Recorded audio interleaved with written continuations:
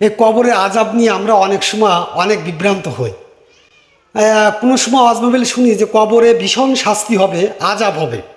আসলে কোরআন পড়তে পড়তে আমার কাছে এই আয়াতটি সামনে আসে এবং এটা আমি বেশ অজেয় শুনেছি যে কবরে শাস্তি আছে, আবার শুনেছি কবর শাস্তি নাই। তো এখন আমি এই ফেরাউন সম্প্রদায়ে বর্তমান কোন অবস্থায় আছে এটা এখন আমি সূরা মুমিন 46 নম্বর আয়াত থেকে আমরা জেনে নেব যে কবরে শাস্তি আছে কিনা এবং ফেরাউন এখন কোন পর্যায়ে আছে। মিস্টার ফেরাউন সবচেয়ে বড় গডফাদার, এরা এখন কবরে বা এদের অবস্থা কি এটা আমরা কোরআন থেকে জেনে নেব। তাহলে আমাদের কবরে আযাব আছে কিনা এটা কিন্তু ক্লিয়ার হয়ে যাবে, পরিষ্কার হয়ে যাবে। না চলুন ফেরাউন এখন কোন অবস্থা আছে আমরা দেখে আসি। আর নারু দোজকের আগুনে, আর নারু মানে দোজকের আগুনে, ইউ রাদুনা তাদের পেশ করা হবে, দোজকের আগুনে তাদের পেশ করা হবে, আলাইহা তার উপর বা তার সামনে, গুদুয়া আসিয়া, গুদু মানে সকাল, ওয়া মানে এবং, আসিয়া মানে সন্ধ্যায়, মানে সকাল সন্ধ্যায় তার সামনে পেশ করা হবে। কাকে? ফেরাউনকে। এখনো কিন্তু নিক্ষেপ করি নাই।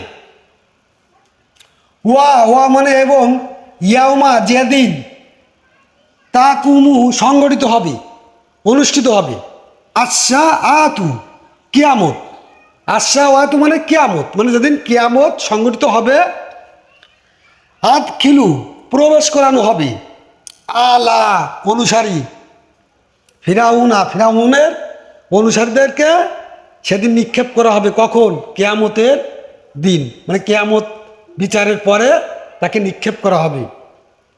আসাদ্দা মানে কঠিনতর, আল আজাব, আজাব কঠিনতর আজাবের মধ্যে তাকে নিক্ষেপ করা হবে।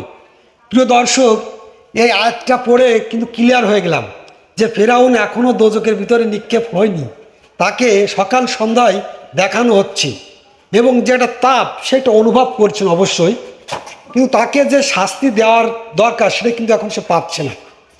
এখন আমরা কবরে শাস্তি আছে কিনা এটা নিয়ে আমরা অনেক বিভ্রান্তি হই। তা এ থেকে কি বুঝলেন অবশ্যই আপনারা কমেন্ট করবেন এবং কবরে শাস্তি আছে কিনা অবশ্যই জানাবেন।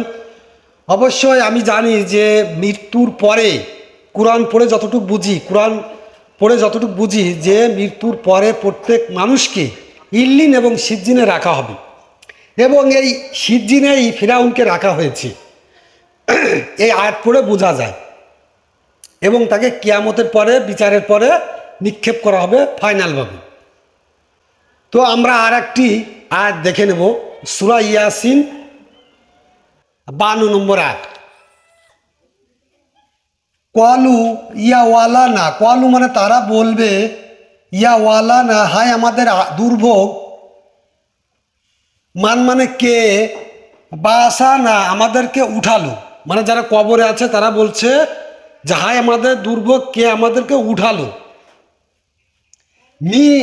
মিম মার কাদিন, মিন মানে হতে, মার কাদিনা মানে আমাদের নিদ্রাস্থল থেকে, মানে আমরা ঘুমিয়েছিলাম, কে আমাদেরকে উঠালো। হাজা, হাজা মানে এটা, মা মানে যার, ওয়াদা মানে প্রতিশ্রুতি দিয়েছিলেন, আর রহমানু দয়াময়, যে হাজা মা ওয়াদা আর রহমানু, এটা সেই ওয়াদা যে ওয়াদা আল্লাহ দিয়েছিলেন। ওয়া সাদাকা, ওয়া মানে এবং, সাদাকা মানে সত্য হলো, সত্য বলেছিল। আল মুরসালুনা, আর মুরসালুনা নবী রাসূলগণ সত্য বলেছিল। তখন তারা বলবে, তাহলে এখানে কি বোঝা গেল? তাহলে আজ থেকে কি বুঝলাম আমরা?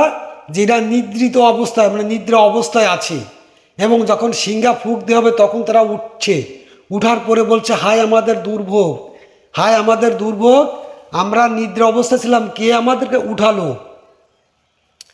এটা তো সেই ওয়াদা যে ওয়াদা আল্লাহ তাআলা করেছিলেন এবং নবী রাসূলগণ আমাদেরকে বলেছিলেন, সত্য বলেছিলেন, এটা তো সেই কিয়ামত। তাহলে এখানে কি বোঝা গেল? তারা নিদ্রিত অবস্থায় ছিল, তার মানে ভালো ছিল, আযাব হয়নি। আপনারা এই আয়াতগুলো কোরআন থেকে বের করবেন, বের করে ওগুলো পড়বেন এবং বুঝবেন। আমার ভুল ভ্রান্ত হতে পারে বুঝাতে, অবশ্যই আপনারা এই আয়াতগুলো কোরআন থেকে বের করবেন এবং আপনারা বোঝার চেষ্টা করবেন ইনশাল্লাহ।